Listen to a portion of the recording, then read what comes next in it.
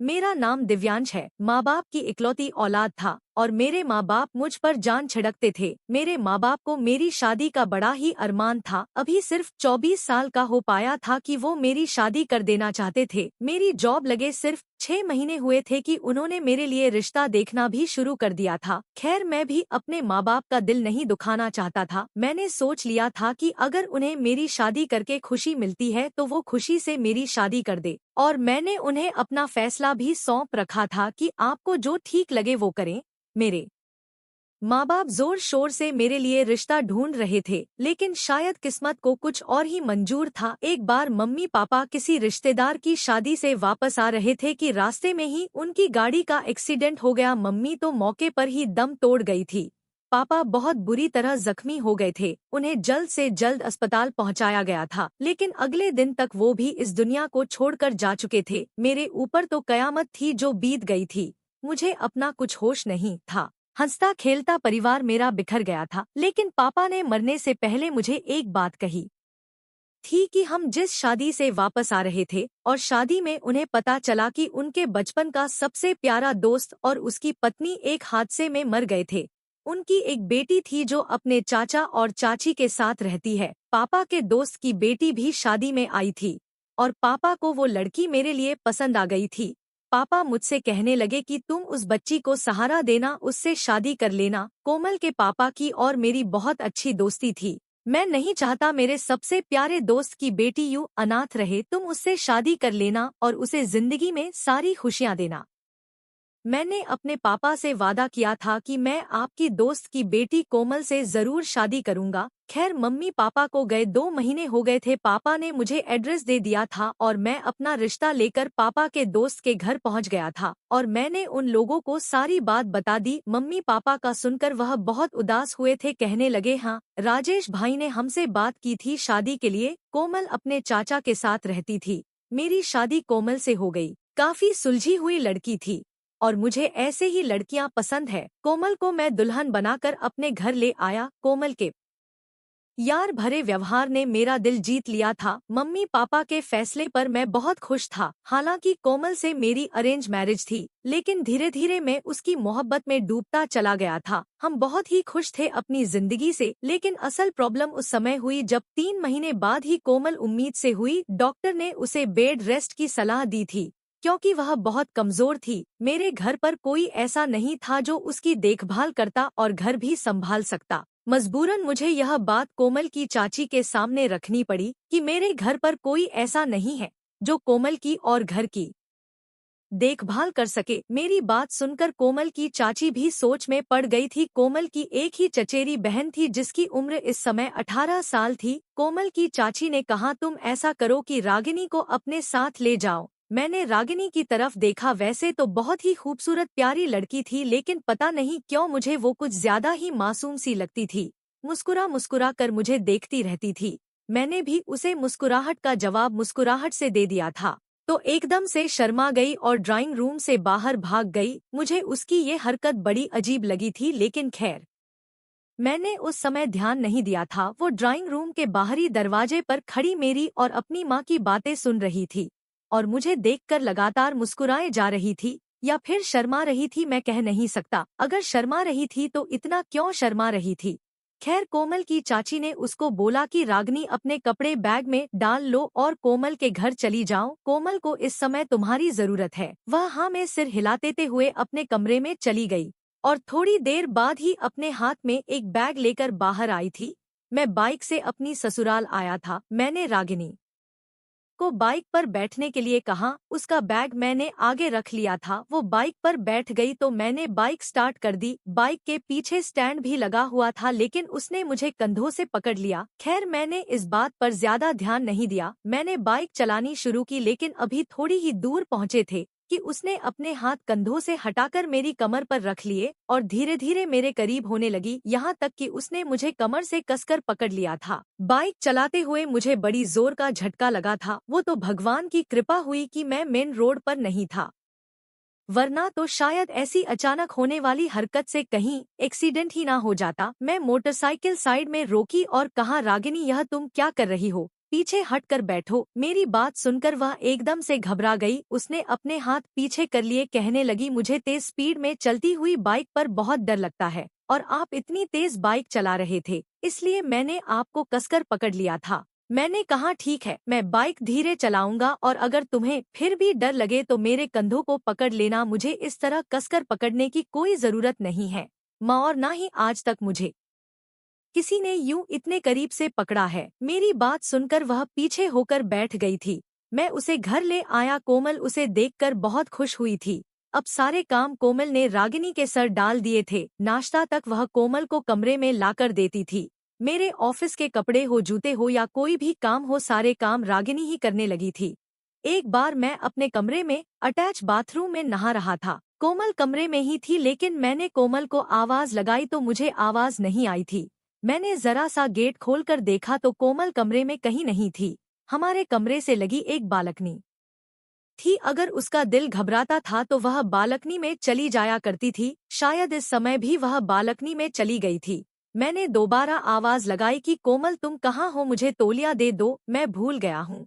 कुछ ही देर बाद एक हाथ आगे आया था। मैंने उसके हाथ से तौलिया लिया। मैंने कहा, कोमल कहाँ चली गई थी? मैं कितनी देर से तुमसे तौलिया मांग रहा था, लेकिन वह कुछ भी नहीं बोली। मैं वॉशरूम से बाहर निकला तो सिर्फ तौलिया ही पहना हुआ था, लेकिन जैसे ही मैं कमरे में आया, अपने सामने रागिनी को देखकर मैं शर्मिंदगी से जमीन में गड़ गया था। वह शायद मेरे प्रेस किए हुए कपड़े रखने आई थी, लेकिन वापस जाने की बजाय ड्रेसिंग टेबल के सामने खड़े होकर कोमल की लिपस्टिक लगा रही थी। मुझे देखकर वो भी घबरा गई थी। मैंने कहा, तुम यहाँ क्या कर रही हो? तुम्हारे अंदर शर्म नाम की चीज है या नहीं? वो एकदम से घबरा गई और कुछ भी बोल नहीं पा रही थी। मैंने गुस्से से कहा, निकलो मेरे कमरे से बाहर, अजीब बेवकूफ लड़की हो। मेरे डांट पर उसकी आंखों से आंसू बहने लगे और रोते रोते वो कमरे से बाहर चली गई। मैं गुस्से की हालत में जल्दी जल्दी तैयार हुआ। कमरे से बाहर आया तो वो कोमल के साथ बैठी रो रही थी। कहने लगी, दीदी मुझे घर वापस भिजवा दे, मुझे यहाँ नहीं रहना। देखिए ना, दिव्यांश जीजू मुझे हर वक्त डांटे रहते हैं।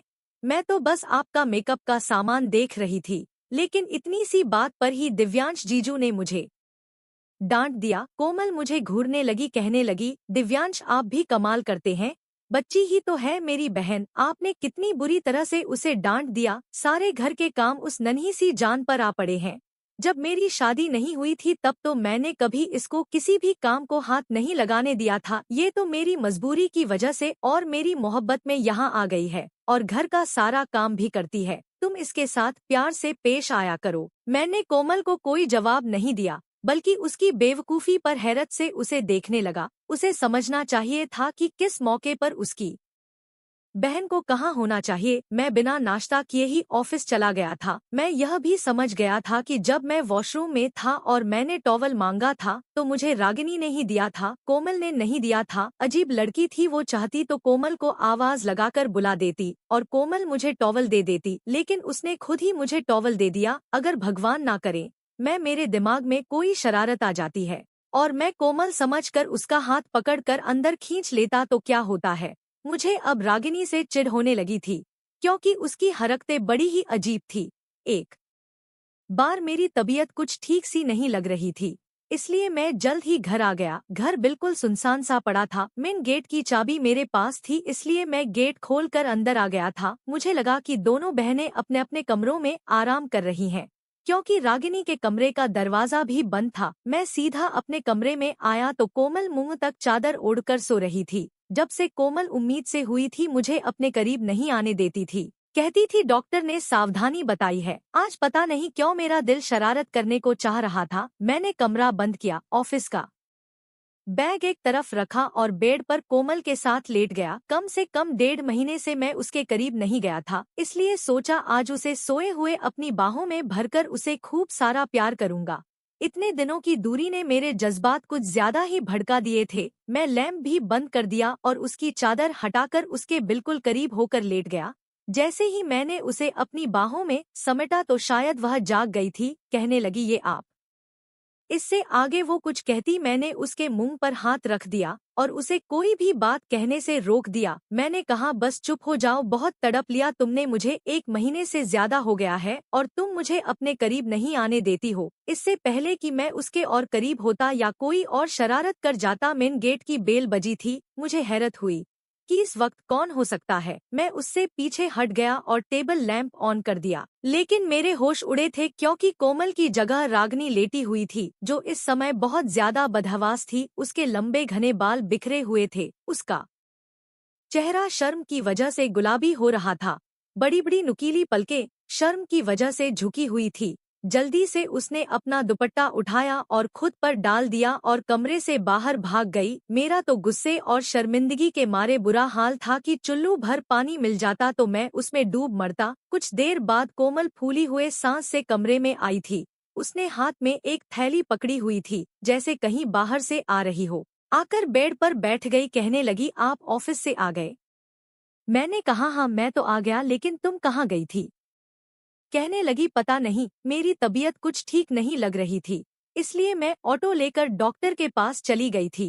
पहली पहली बार है इसलिए मुझे डर लग रहा था। डॉक्टर ने कहा कि ऐसा कुछ भी नहीं है। उसने कुछ दवाइयाँ दे दी हैं, खा लूंगी तो ठीक हो जाऊंगी, लेकिन वो मुझे दिन ब दिन कमजोर लगती जा रही थी। मैंने कहा अपना ध्यान रखो, कितना कमजोर होती जा रही हो। मेरी बात पर कोमल मुझे प्यार से निहारने लगी और मेरी गोद में सर टिका दिया। धीरे धीरे मैं उसको सर को सहलाता रहा। शायद उसे अच्छा लगने लगा था और उसे नींद भी आने लगी थी। थोड़ी देर में वह नींद की गहरी वादियों में चली गई थी। मैंने उसे अपनी गोद से बेड पर लेटा दिया। अब मुझे रागिनी की भी चिंता सता रही थी कि कहीं वो अपनी बहन को कुछ बता ना दे। मैं कमरे से बाहर आ गया। रागिनी किचन में सब्जी बना रही थी।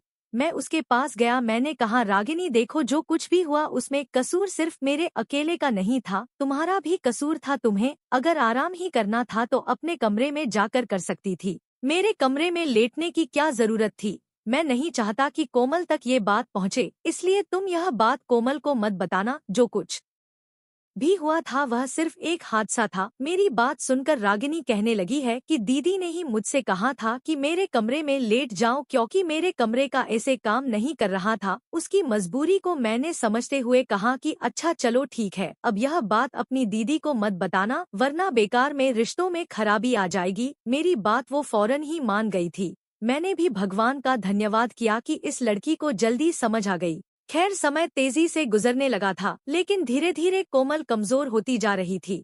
मैं उसका बहुत ध्यान भी रखता था। हाँ, रागिनी से मेरी काफी हद तक का बातचीत होने लगी थी। वो अपने कॉलेज की बातें भी मुझसे कर लिया करती थी, लेकिन उधर कोमल की हालत मुझे ठीक नहीं लगती थी। जैसे जैसे समय गुजरने लगा था उसका सांस बहुत ज्यादा फूलने लगा था। उसमें शायद खून की कमी थी। आए दिन मैं कभी उसे आयरन की ड्रिप लगवाता, कभी ताकत के इंजेक्शन लगवाता था। उसकी रंगत पीली सी होने लगी थी और बहुत ज्यादा कमजोर हो गई थी। 9 महीने होते होते उसकी हालत इतनी खराब हो चुकी थी कि मुझे उसके लिए व्हीलचेयर लाना पड़ी थी, क्योंकि वह चल फिर भी नहीं पाती थी। डॉक्टर ने ऑपरेशन का बताया था, इसलिए मैं और रागिनी ही उसे हॉस्पिटल लेकर गए थे, लेकिन उसके ऑपरेशन में बहुत ज्यादा मुश्किलें पैदा हो गई थी। 2 घंटे बाद ही लेडी डॉक्टर कमरे से बाहर आई थी। उसने अपने हाथ में एक बच्चे को पकड़ा हुआ था। अपने बच्चे को देखकर मैं खुश हो गया। कोमल ने एक प्यारे से बेटे को जन्म दिया था। मैंने उसको गोद में भरकर प्यार कर लिया, लेकिन डॉक्टर के चेहरे को देखकर मेरा दिल धड़क उठा था। डॉक्टर कहने लगी मिस्टर दिव्यांश, आपकी वाइफ की हालत बहुत खराब है। ये सुनकर मैं एकदम से परेशान हो गया। मैंने कहा उसे क्या हुआ है? वो कहने लगी कि वह सरवाइव नहीं कर पा रही हैं। उनके पास बस कुछ ही देर बची है, प्लीज जाकर उनसे मिल लें। ये सुनना था कि मुझे लगा मेरे पैरों के नीचे से जमीन खिसक गई है। मैंने कहा डॉक्टर आप ये क्या कह रही हैं? कुछ नहीं हो सकता मेरी कोमल को। मैंने अपने हाथ में पकड़ा हुआ अपना बेटा रागिनी के हाथ में दिया और मैं जल्दी से कोमल के कमरे की तरफ भागा था। कोमल खींच खींच कर सांस ले रही थी। मैं उसके पास बैठ गया। उसकी आंखों से आंसू बह रहे थे, जो उसके तकिए को भिगो रहे थे। मुझे देखकर उसने मुस्कुराने की कोशिश की थी। उसके दोनों हाथों में ड्रिप लगी हुई थी। मैंने उसका हाथ थामा। मैंने कहा कुछ नहीं होगा तुम्हें, मैं तुम्हें कुछ भी नहीं होने दूंगा, तुम्हें अच्छे से अच्छे डॉक्टर के पास लेकर जाऊंगा। लेकिन वो बहुत उखड़े उखड़े सांस ले रही थी। टूटे फूटे शब्दों में बोलने लगी। कहने लगी, आप कुछ भी कर ले, मुझे पता चल चुका है, मेरे पास ज्यादा समय नहीं बचा है। फिर कहने लगी, दिव्यांश, मेरे बच्चे पर सौतेली माँ लेकर मत आना, ऐसा करो रागिनी से शादी कर लो। यह सुनकर मैंने हैरत से उसे देखा था। अचानक आने वाली इस आफत के लिए मैं बिल्कुल तैयार नहीं था। मैंने उसके हाथ को पकड़कर चूमना शुरू कर दिया, उसके चेहरे पर हाथ फेरने लगा, उसकी आंखों में आए आंसू साफ किए। मैंने कहा, ऐसी बातें क्यों करती हो कोमल, कुछ नहीं होगा तुम्हें। भगवान के लिए कोमल ऐसी बातें मत करो, मेरा दिल बैठ जा रहा है। लेकिन कोमल की सांस और बुरी तरह उखड़ने लगी थी। मैंने जल्दी से डॉक्टर बुलाया। चीख चीख कर मैंने पूरा स्टाफ जमा कर लिया था, लेकिन कोमल मेरा हाथ नहीं छोड़ा था, बस मुझे ही देखे जा रही थी, जैसे अपनी आखिरी इच्छा पूरी कर रही थी। मुझे आंखों में समा लेना चाहती थी। मेरे आंसू बहने लगे थे, लेकिन वह मुझे छोड़कर जा चुकी थी। मैं उन मर्दों में से था जो सिर्फ और सिर्फ अपनी पत्नी के लिए ही अपनी सारी मोहब्बत और वफा रखते हैं। कोमल से भी मैं सच्ची मोहब्बत करता था। मेरा दिल उसके दिल के साथ जुड़ चुका था। आज तक मुझे कभी कोमल की तरफ से कोई दुख या परेशानी नहीं हुई थी। उसने हमेशा मेरा ध्यान रखा था। वो मेरे दिल में अपनी बहुत ऊंची जगह बना चुकी थी, मुझसे बहुत मोहब्बत करती थी, और मुझे भी तो कोमल से उतनी ही मोहब्बत थी। मैंने भी कभी कमल के अलावा किसी दूसरी लड़की की तरफ निगाह उठाकर भी नहीं देखा था, लेकिन वह मुझसे विनती करके जा चुकी थी। उसके मुर्दा शरीर को देखकर और उसकी खुली आंखों को देखकर ऐसा लगा जैसे मेरे शरीर से भी जान खिंच गई हो। मैं उसे उठाने लगा, चीखने लगा। मैंने कहा, कोमल, तुम मुझे यूं छोड़कर नहीं जा सकती। अभी तो हमने पूरी जिंदगी साथ गुजारनी है, अपने बच्चे की परवरिश करनी है। लेकिन वो नहीं उठी, वह जा चुकी थी। डॉक्टर मुझे समझाने लगे कि जो होना था वह हो चुका है, आप हौसला रखें। अभी तक रागिनी इस बात से अनजान थी कि कोमल हमें छोड़कर जा चुकी है। जब मैं कमरे से बाहर आया तो कहने लगी, जीजू दीदी को क्या हुआ, यह सारे डॉक्टर कमरे के अंदर क्यों भाग रहे थे। मेरी आंखों से आंसू बह रहे थे। मैंने अपने बच्चे को उसके हाथ से लिया। मैंने कहा, वो हमें छोड़कर जा चुकी है, अब कभी लौटकर नहीं आएगी। यह सुनना था कि वो भी चीख मार कर रो पड़ी थी। कहाँ लगी, आप झूठ बोल रहे हैं, दीदी हमें छोड़कर नहीं जा सकती। मैंने कोमल की चाची को फोन किया, वह भी आ गई थी। एक कयामत थी जो हम पर टूट पड़ी थी। मेरा बच्चा रागिनी के पास था, वह भी रोए जा रहा था। रागिनी की चाची कहने लगी, अब हम ज्यादा यहाँ नहीं रुक सकते और बच्चा अभी छोटा है, इसलिए उसकी देखभाल के लिए कोई तो होना चाहिए। ऐसा करते हैं, हम बच्चे को अपने साथ ले जाते हैं, क्योंकि उसकी यहाँ देखभाल करने वाला कोई नहीं है। मैंने उस वक्त कुछ भी नहीं कहा और उन्हें बच्चे को ले जाने की अनुमति दे दी। सब लोग जा चुके थे, मैं घर में अकेला रह गया था। अब मैं था या फिर कोमल की यादें थी। मुझे लगता कि जैसे वो अभी मुस्कुराती हुई कमरे से बाहर निकलेगी और कहेगी, दिव्यांश, आप क्यों उदास बैठे हैं, मैं तो यही हूँ आपके पास। 1 महीना गुजर चुका था, मैंने अपना ऑफिस भी ज्वाइन कर लिया था। रोजाना कुछ देर के लिए ही सही मैं अपनी ससुराल जाता था, अपने बच्चे के साथ कुछ समय गुजारता था और फिर वापस आ जाता। 6 महीने ऐसे ही गुजर गए थे। मेरे कलीग मुझे दूसरी शादी का मशवरा दे रहे थे, लेकिन मैं दिमागी तौर पर इस बात के लिए तैयार न था। लेकिन होश तो मेरे उस समय उड़े जब मेरी सास ने मुझे कहा कि रागिनी का रिश्ता आया है, इसलिए तुम अपने बारे में सीरियसली कुछ सोचो, क्योंकि रागिनी का आने वाला रिश्ता बहुत ही अच्छे घर से आया है। रागिनी की माँ का इरादा था कि उसकी शादी कर दे। मुझे कहने लगी, देखो दिव्यांश, रोज रोज अच्छे रिश्ते नहीं आते हैं और वह लोग बहुत जिद कर रहे हैं, वरना मैं शायद 1-2 साल का समय और ले लेती, तब तक आरब भी कुछ बड़ा हो जाता और तुम भी अपने बारे में कुछ अच्छा फैसला कर लेते। लेकिन उन लोगों को शादी की बहुत जल्दी है, इसलिए कुछ महीनों में ही तुम अपनी दूसरी शादी का सोचो। मेरी बूढ़ी हड्डियों में इतना दम नहीं है कि मैं आरब को संभाल सकूं, वरना कभी भी कोमल की औलाद को सौतेली माँ के हवाले ना करती। भगवान साक्षी है कि मैंने कोमल और रागिनी में कभी अंतर नहीं किया, दोनों को हमेशा अपनी सगी बेटियों की तरह पाला था। मैं गुमसुम बैठा हुआ था, किसी औरत को अपनी जिंदगी में लाने के बारे में मैं सोच भी नहीं सकता था। लेकिन मेरा बच्चा, उसका क्या होता, वह कोमल की आखिरी निशानी था। मैं नहीं चाहता था कि कोई भी गैर औरत आए और उसके साथ सौतेला व्यवहार करे। और फिर एकदम ही मैंने फैसला कर लिया और मैंने रागिनी की माँ से कहा कि आप रागिनी के रिश्ते से इनकार कर दें। ये सुनकर मेरी सास ने मुझे हैरत से देखा था। कहने लगी, ठीक है, तुम इस वक्त परेशान हो और आरब भी अभी छोटा है, लेकिन रागिनी के लिए इतनी खुदगर्जी मत दिखाओ। तुम सिर्फ आरब के खातिर यह चाहते हो कि मैं रागिनी शादी ना करूं। अभी उसके अच्छे रिश्ते आ रहे हैं, कल को यह रिश्ते आने बंद हो जाएंगे, फिर बहुत ज्यादा मुश्किल होगी। लेकिन मेरी सास आगे कुछ और कहती। मैंने कहा, आप मेरी शादी रागिनी से कर दे। आप तो जानती हैं मेरे घर में किसी चीज की कोई कमी नहीं है। मैं आरब के लिए सौतेली माँ नहीं ला सकता। रागिनी उसकी मासी है और अब तक माँ बनकर ही उसे संभाल रही है। जैसी परवरिश वह कर सकती है, कोई भी दूसरी औरत नहीं करेगी मेरे घर में। रागिनी को कोई दुख नहीं होगा। मेरी बात सुनकर रागिनी की माँ खामोश हो गई थी। कहने लगी, मैं रागिनी के पापा से बात करके तुम्हें बताऊंगी, क्योंकि आने वाला रिश्ता उन्हीं के दोस्त के बेटे का है और हम तो दबे शब्दों में हाँ भी कर चुके हैं। मैंने कहा, आप इनकार कर दें, क्योंकि मैं सिर्फ रागिनी से ही शादी कर सकता हूँ, क्योंकि यह कोमल की भी आखिरी इच्छा थी। मरने से पहले उसने मेरा हाथ थामकर मुझसे वादा लिया था कि मैं उसके बच्चे पर सौतेली माँ नहीं लाऊंगा और रागिनी से शादी कर लूंगा। इसलिए मैं रागिनी के अलावा किसी से शादी नहीं कर सकता। यह बात सुनकर रागिनी की माँ बिल्कुल चुप हो गई थी। अगले 2 दिन बाद जब मैं गया तो रागिनी की माँ और पापा दोनों ही मेरे सामने बैठे थे।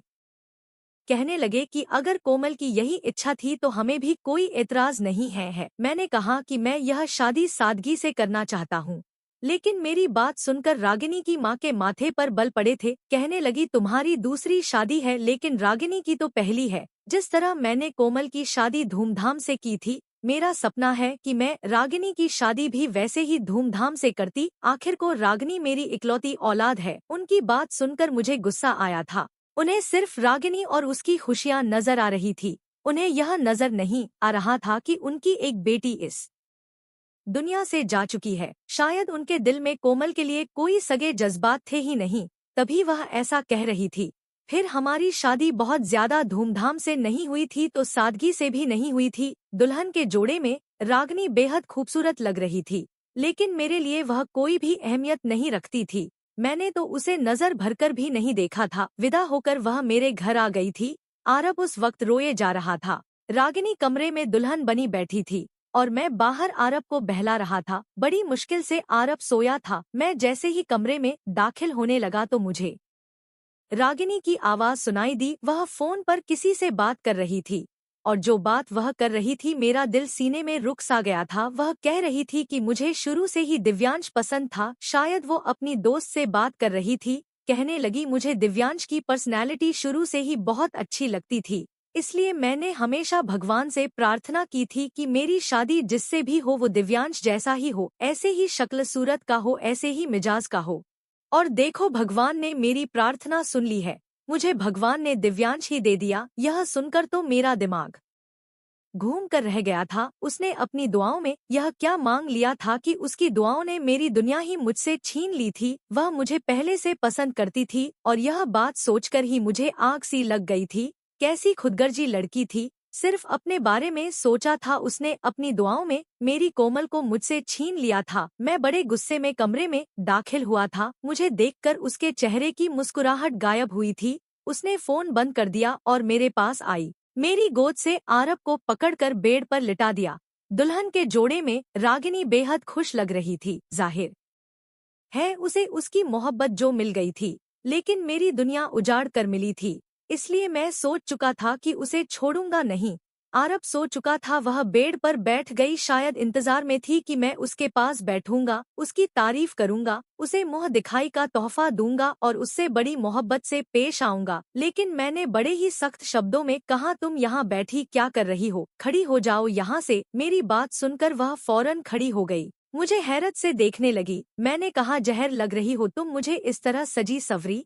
जाओ जाकर अपने कपड़े बदलो। मेरी इस तरह की बात सुनकर वह हक्का बक्का सी मुझे देखने लगी। मैंने कहा, हिंदी समझ नहीं आती तुम्हें, कह रहा हूँ जाओ यहाँ से अपने कपड़े बदलो। तुम इस घर में सिर्फ मेरे बच्चे की माँ की हैसियत से आई हो। मुझ पर तुम्हारा कोई हक नहीं है मजबूरन शादी की है मैंने तुमसे। मोहब्बत तो मुझे सिर्फ कोमल से थी और उसी से रहेगी, इसलिए मुझसे कोई भी उम्मीद मत लगाना। हाँ, इसके अलावा तुम्हें मेरे घर में कोई तकलीफ नहीं होगी। खाओ पियो ऐश करो, लेकिन बस मेरे करीब आने की कोशिश मत करना। यह कहकर मैं कमरे से बाहर जाने लगा। दरवाजे पर जाकर मैंने कहा कि तुम आज की रात यहाँ सो जाओ, लेकिन कल से तुम आरब को लेकर दूसरे कमरे में शिफ्ट हो जाना। मेरे कमरे में रहने की तुम्हें कोई जरूरत नहीं है। यह कहकर मैं कमरे से बाहर आ गया था। मुझे रागिनी पर बहुत गुस्सा आ रहा था। कैसी खुदगर्ज बहन थी, बहन के सुहाग पर ही नजरें जमाए बैठी थी। मुझे अब उसकी सारी पुरानी हरकतें याद आने लगी थी, यानी वह जो कुछ भी कर रही थी जानबूझकर कर रही थी। जानबूझकर वह मेरे कमरे में आकर मेरे बेड पर लेटी थी और चादर भी उसने सर तक तान रखी थी जिससे कि मैं उसे पहचान ना पाऊं।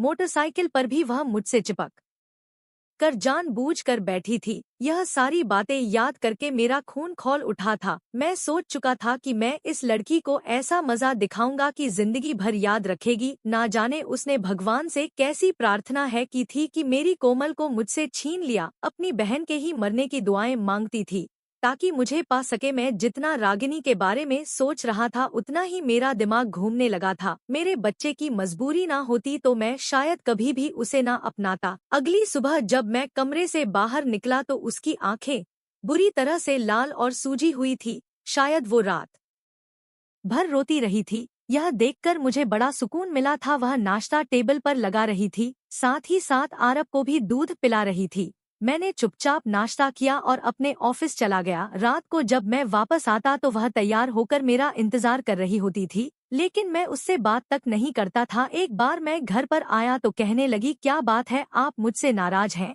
लेकिन किस बात पर, मैं क्या किया है? अगर आपके दिल में मेरे लिए इतनी ही नफरत थी तो आपने मुझसे शादी क्यों की?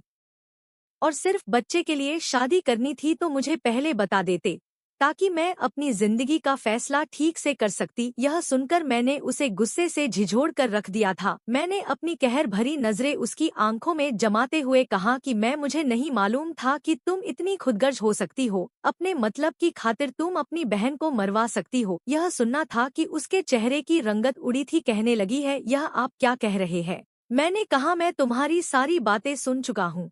जो शादी की पहली रात तुम अपनी दोस्त से कर रही थी, मुझे अगर मालूम होता कि कोमल तुम्हारी गलत दुआओं की वजह से मर गई है तो मैं कभी भी तुमसे शादी ना करता। मेरी मजबूरी सिर्फ मेरा बच्चा आरब है, इसलिए मैं तुम्हें बर्दाश्त कर रहा हूँ, वरना मैं तुम्हें धक्के देकर घर से निकाल देता। तुमने मुझसे मेरी मोहब्बत, मेरी जिंदगी छीन ली। तुम्हें मैं शर्म नहीं आई मुझ पर ऐसी गंदी नजर रखते हुए? मैं तो तुम्हें अपनी छोटी बहन समझता था, लेकिन तुम्हारी बातें सुनकर मुझे बहुत अफसोस हुआ है।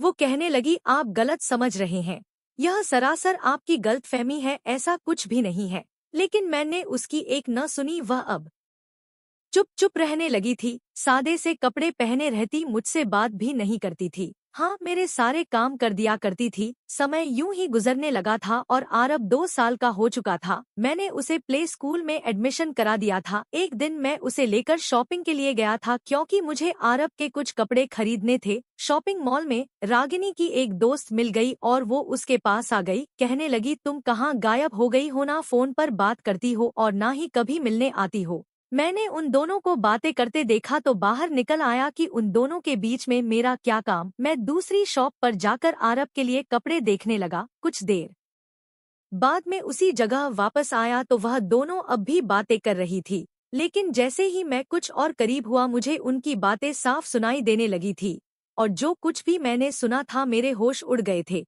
रागिनी की सहेली कह रही थी कि अभी तक मेरे भाई ने तुम्हारी खातिर शादी नहीं की है। तुमने उसे धोखा देकर अच्छा नहीं किया। रिश्ता तक तय हो चुका था और तुमने अपनी बहन की खातिर और अपने बहन के बच्चे की खातिर मेरे भाई को ठुकरा दिया। तुम्हें क्या मिला इस जिंदगी से? अपना आप देखा है तुमने? लगता ही नहीं कि तुम शादीशुदा हो। 2 साल गुजर गए हैं।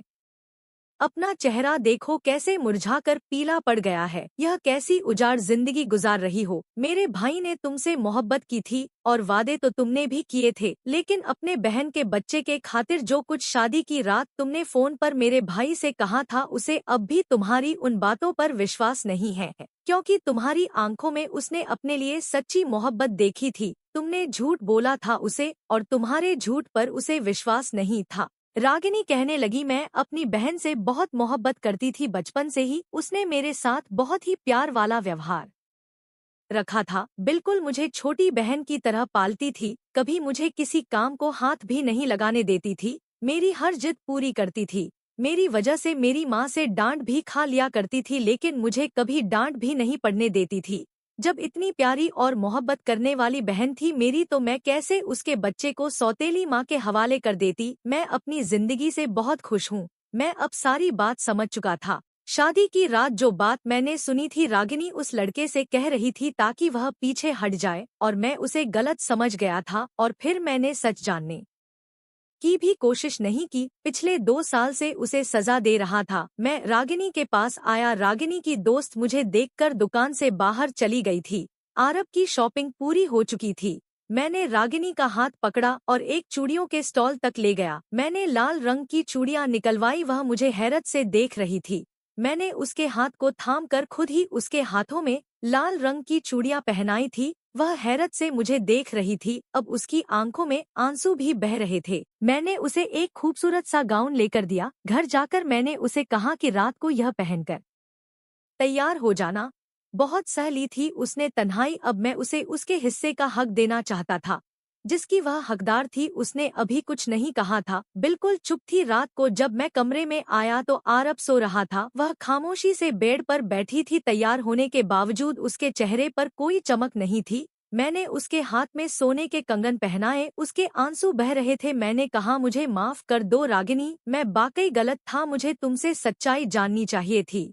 मेरी बात सुनकर वह सिसक सिसक रोने लगी। कहने लगी, मेरे दिल में आपके लिए पहले से कोई ऐसे जज्बात नहीं थे और शायद अब भी नहीं है। बेहतर है आप मुझे आरब की माँ ही समझे। वह रोते हुए कह रही थी। यह कहकर वह बेड से उठकर खड़ी हो गई। इससे पहले कि वह नाराज होकर जाती, मैंने खड़े होकर उसका हाथ थाम लिया, उसे खींचकर अपने सीने से लगा लिया। मैंने कहा, सॉरी, मुझे माफ कर दो प्लीज। अकेले खुद से लड़ते लड़ते तुम्हारे साथ झगड़ा करते करते थक चुका हूँ।